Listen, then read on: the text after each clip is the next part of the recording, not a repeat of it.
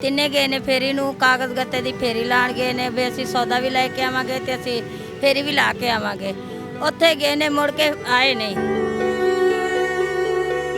मैं रेवंड गया उत्थे नहीं लभे, फिर गया शालीमार उत्थे नहीं लभे, यतीम खाने गया। अपनी तरफ कोशिश करके फिर 2-4 दिनों के बाद नसीराबाद थाने जाके मैं पर्चा कर सुबह गया। मैं चौकी जाके इतला दी कि भाई मेरे बच्चे रात के लापता ने। उन्होंने आख्या वेख लो दारे वाले ने चुक के ले गए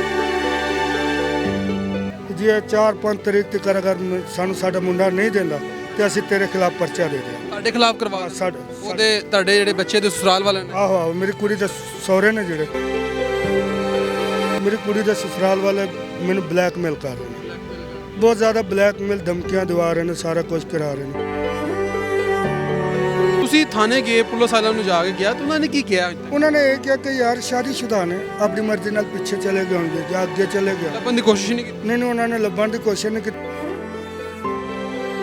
वन पॉइंट की वीडियोस देखने के लिए हमारा चैनल सब्सक्राइब कीजिए ताकि आप हमारी तमाम आने वाली वीडियो से बाखबर रह सकें। अस्सलाम वालेकुम नाज़रीन, मैं हूं आपके साथ आपका मेज़बान नईम भट्टी और आप देख रहे हैं वन पॉइंट। नाज़रीन इस वक्त आपको जो मेरे साथ एक शख्स और एक माजी नज़र आ रही हैं, यानी कि ये दोनों मियाँ बीवी हैं और इनका दामाद बेटी और 2 बेटियाँ इनकी छोटी, एक नवासी और एक छोटी बेटी घर से लापता हैं और तकरीबन यानी कि काफ़ी देर होगी घर से लापता हैं। और अब इनसे बात करके पूछते हैं, जानते हैं कि कब से लापता हैं और उनको ढूंढने के लिए क्या हिकमत अमली अपनाई इन्होंने, और जो इनका दामाद है वो इनको आखिरी बार क्या कह कर घर से गया है। इन्होंने कानूनी चारा जोई भी की है, एप्लीकेशन भी दर्ज करवाई है, लेकिन अब तक बच्चे जो हैं वो बाजियाब नहीं हो सके। अस्सलाम वालेकुम जी। वालेकुम सलाम। क्या हाल है?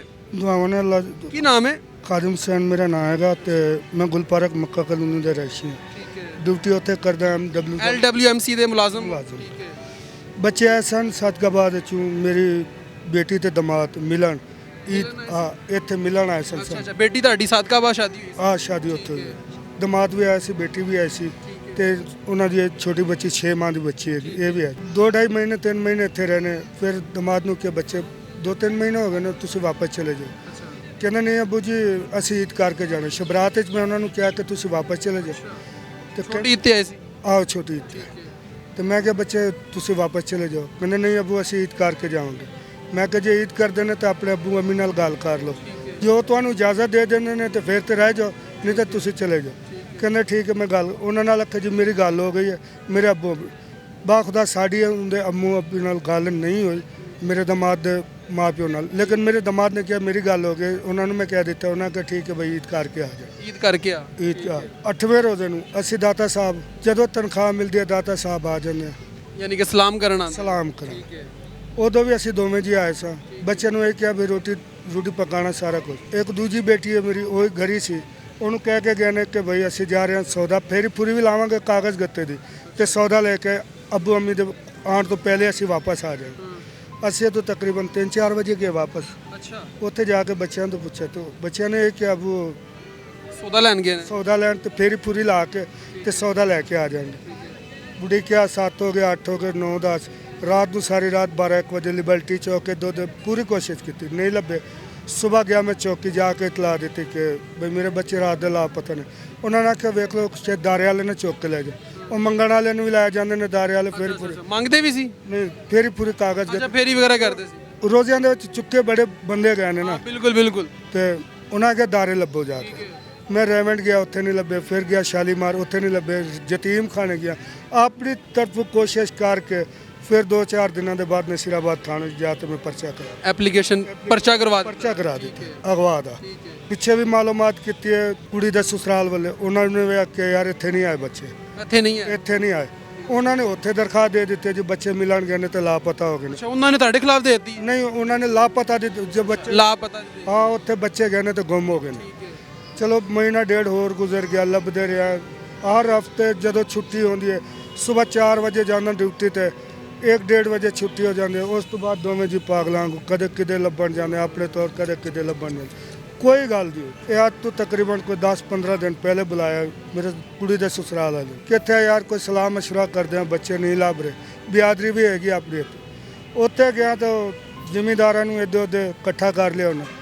ਜੇ 4-5 ਤਰੀਕ ਤੱਕ ਅਗਰ ਸਾਨੂੰ ਸਾਡਾ ਮੁੰਡਾ ਨਹੀਂ ਦਿੰਦਾ ਤੇ ਅਸੀਂ ਤੇਰੇ ਖਿਲਾਫ ਪਰਚਾ ਦੇ ਦਿਆਂਗੇ। ਤੁਹਾਡੇ ਖਿਲਾਫ ਕਰਵਾ ਦਿੰਦੇ? ਸਾਡੇ ਉਹਦੇ ਤੁਹਾਡੇ ਜਿਹੜੇ ਬੱਚੇ ਦੇ ਸਸੁਰਾਲ ਵਾਲੇ ਨੇ? ਆਹੋ ਆਹੋ, ਮੇਰੀ ਕੁੜੀ ਦੇ ਸਹੁਰੇ ਨੇ ਜਿਹੜੇ, ਉਹ ਕਹਿੰਦੇ ਨੇ ਸਾਨੂੰ 4-5 ਤਰੀਕ ਤੱਕ ਸਾਨੂੰ ਸਾਡਾ ਮੁੰਡਾ ਚਾਹੀਦਾ। ਮੈਂ ਕਿਹਾ ਯਾਰ ਮੇਰੀਆਂ ਬੱਚੀਆਂ ਵੀ ਤਾਂ ਗੁੰਮ ਨੇ, ਮੇਰੀਆਂ ਬੱਚੀਆਂ ਗੁੰਮ, ਤੁਹਾਡੀਆਂ ਇੱਕ ਤੁਹਾਡੀ ਬੇਟੀ ਜੀ ਦੀ ਸ਼ਾਦੀ ਹੋਈ ਸੀ, ਇੱਕ ਉਸ ਤੋਂ ਛੋਟੀ ਬੇਟੀ ਹੈ, ਇੱਕ ਛੋਟੀ ਬੇਟੀ ਹੈ, ਇੱਕ ਤੁਹਾਡੀ ਨਵਾਸੀ ਵੀ ਹੈ। ਆ ਇੱਕ ਨਵਾਜ਼। ਮੈਂ ਕਿਹਾ ਯਾਰ ਤੁਹਾਡਾ ਤਾਂ ਇੱਕ ਮੁੰਡਾ ਗੁੰਮ ਹੋਇਆ, ਮੇਰੀਆਂ 2 ਬੱਚੀਆਂ ਨੇ, ਤੇ ਜਿਵੇਂ ਮੇਰੀ ਦੋਤਰੀ ਹੈਗੀ ਤੁਹਾਡੀ ਦੋਤਰੀ ਹੈਗੀ, ਉਸ ਬੱਚੀ ਦੋਵਾਂ ਦੀ ਸਾਂਝੀ ਹੈਗੀ।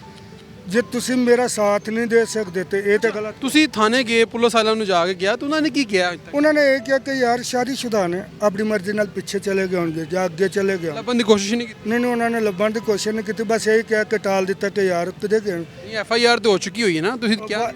FIR ਐਸਪੀ ਕੋਲ ਪੇਸ਼ ਹੋਇਆ, ਐਸਪੀ ਦੀ ਜਾ ਕੇ ਮਿੰਨਤ ਤਰਲੇ ਅਸੀਂ ਦੋਵਾਂ ਨੇ ਕੀਤਾ ਤੇ ਐਸਪੀ ਸਾਹਿਬ ਨੇ ਪਰਚਾ ਸਾਡਾ ਕਰਵਾਇਆ। SP ਉਸਮਾਨ ਟਿੱਬੂ ਉਹ ਆਪਣਾ ਗਾਲਾ ਮਾਰਕੀਟ ਉੱਥੇ ਉਹਨਾਂ ਨੇ ਪਰਚਾ ਸਾਡਾ ਕਰਵਾਇਆ। ਫਿਰ ਵਜ਼ੀਰ ਆਲਾ ਦਿੱਤੇ, ਜਿਉਂ-ਜਿਉਂ ਦਿਨ ਗੁਜ਼ਰਦੇ ਗਏ, ਜਿਉਂ-ਜਿਉਂ ਬਹੁਤ ਪਰੇਸ਼ਾਨੀ ਹੁੰਦੀ ਗਈ। ਹੁਣ ਸੂਰਤ ਹਾਲ ਇਹ ਹੋ ਗਈ ਕਿ 8-10 ਦਿਨ ਹੋ ਗਏ ਨੇ, ਉਹ ਮੇਰੀ ਕੁੜੀ ਦੇ ਸਸੁਰਾਲ ਵਾਲੇ ਧਮਕੀ ਤੋਂ ਧਮਕੀਆਂ ਦੇ ਰਹੇ ਨੇ ਕਿ ਯਾਰ ਸਾਨੂੰ ਸਾਡਾ ਬੱਚਾ ਚਾਹੀਦਾ, ਸਾਡਾ ਮੁੰਡਾ ਲੱਭ ਕੇ ਦਿਓ। ਮੈਂ ਕਿਹਾ ਮੇਰੀਆਂ ਕੁੜੀ, ਉਹ ਕਹਿੰਦੇ ਪਹਿਲੇ ਕੋਲੋਂ ਤੇ ਤੂੰ ਆਪਣੀ ਬੱਚੀ ਦੀ ਸ਼ਾਦੀ ਕਰ ਦਿੱਤੀ, ਤੇਰਾ ਉਹਨਾਂ ਨਾਲ ਤਲਕ ਨਹੀਂ ਹੈਗਾ, ਉਹ ਸਾਡੀ ਚੀਜ਼ ਹੈ। ਆ ਮਰਨ ਤੋਂ ਬਾਅਦ ਤੂੰ ਉਹਦਾ ਵਾਰਿਸ ਹੈ ਆਪਣੀ ਬੇਟੀ ਦਾ, ਤੂੰ ਸ਼ਾਦੀशुदा ਕਰ ਦਿੱਤੀ, ਤੇਰਾ ਕੋਈ ਤਲਕ ਨਹੀਂ ਹੈਗਾ। ਪਰ ਉਹ ਬੱਚੇ ਸਾਡੀ ਨੂੰਹ ਵੀ ਸਾਡੀ ਹੈਗੀ ਤੇ ਮੁੰਡਾ ਵੀ, ਸਾਨੂੰ ਲੱਭ ਕੇ ਦੇਣੇ ਤੇ ਅਸੀਂ ਕਾਨੂੰਨੀ ਕਾਰਵਾਈ ਕਰਨੀ। ਇੱਥੋਂ ਫਿਰ ਮੈਨੂੰ ਥੋੜਾ ਜਿਹਾ ਡਾਊਟ ਹੋਇਆ ਕਿ ਯਾਰ ਅਗਰ ਉਹ ਮੇਰੇ ਨਾਲ ਸੱਚੇ ਹੁੰਦੇ, ਮੇਰਾ ਸਾਥ ਦਿੰਦੇ।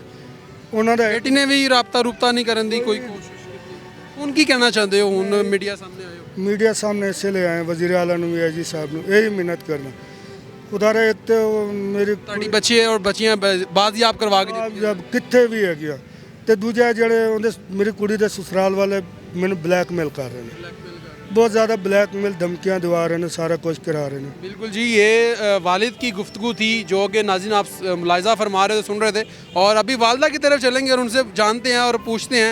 और ये देखें नाज़रीन, अभी ये मन्नत मांगने के लिए जा रहे थे, चादर चढ़ाने के लिए जा रहे थे कि इनकी जो गुम हुई बेटी है वो मिल जाए। यानी कि अब बात करके जानते हैं। अस्सलाम वालेकुम। वालेकुम सलाम। हाँ जी, क्या हाल है? ठीक ठाक बेटा। हाँ जी, किस तरह ਬੱਚੇ ਘਰੋਂ ਨਿਕਲੇ, ਗਾਇਬ ਹੋ ਗਏ, ਲੇਕਿਨ ਹੁਣ ਤੱਕ ਨਹੀਂ ਮਿਲ ਸਕੇ ਔਰ ਤੁਸੀਂ ਤਸਵੀਰਾਂ ਲੈ ਕੇ ਦਰ ਬਦਰ ਜਿਹੜਾ ਹੈ ਨਾ ਯਾਨੀ ਕਿ ਫਿਰ ਰਹੇ ਹੋ ਤੇ ਨਹੀਂ ਮਿਲੇ ਹੈ?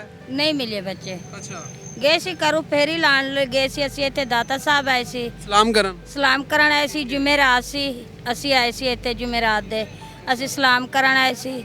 ਬੱਚਿਆਂ ਨੂੰ ਘਰ ਛੱਡ ਕੇ ਆਏ, ਬੱਚੇ ਚਲੇ ਨੇ, ਤਿੰਨੇ ਗਏ ਨੇ, ਇਹ ਵੀ ਮੁੰਡਾ, ਇਹ ਕੁੜੀ ਵੀ, ਉਹ ਦੂਸਰੀ ਕੁੜੀ ਵੀ, ਤਿੰਨੇ ਗਏ ਨੇ ਫੇਰੀ ਨੂੰ, ਕਾਗਜ਼ ਗੱਤੇ ਦੀ ਫੇਰੀ ਲਾਣ ਗਏ ਨੇ ਵੀ ਅਸੀਂ ਸੌਦਾ ਵੀ ਲੈ ਕੇ ਆਵਾਂਗੇ ਤੇ ਅਸੀਂ ਫੇਰੀ ਵੀ ਲਾ ਕੇ ਆਵਾਂਗੇ।